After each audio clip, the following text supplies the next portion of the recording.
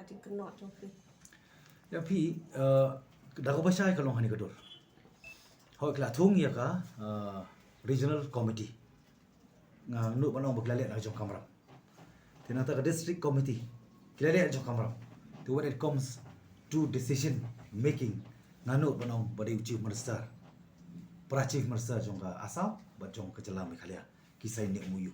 Barkani ngala shu ngi haban kan bi kata ka basai. Kla pau bi da ka basai.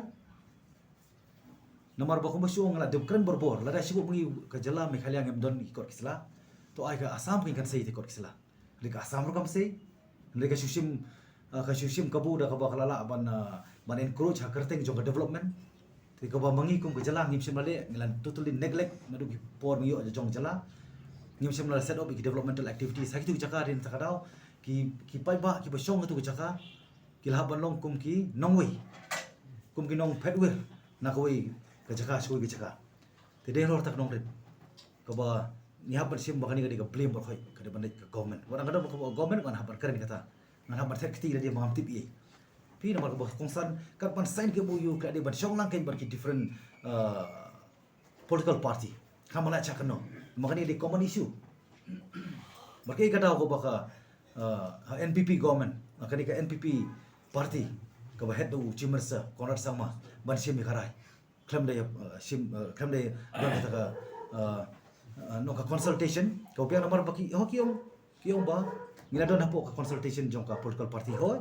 Ngal keren tu kasi bang ada bong iki ba ban review, de ban reveal dia baro ya kita ki arrangement ko bakili ajong ni 6 areas disputed 6 areas badai ban reveal si pai ba aswa bakin sign ko muyu ki kamle tingar wana perkat ba kata kajing ya don rengkat kajong ki bagi regional committee buat ki district committee kilale kajong kamram kila si aje bot jong ki ndrai la pau ba ki bypass ya kajing aje bot jong ki ru teri mat kada sami ke jeki mata bara kaniru ka poi biang sata ka banta ba jingim ka kendo siap di jingim ngin haban yada la kajong kendo siap dalong kumno ru lagi dia ban IT la kajong jingim na ka banta kala syai jong kilawai kilong dia.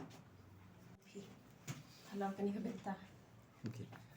Tapi koi kai ka bangin sim kalau mau hapan put pressure mentang hapan mi koi ka sor jong jap rio. Mo nginom ya nom ya bu aja pier. Nanu ki thai ni sinong. Lagi nunu ki party ngi dia balong koi.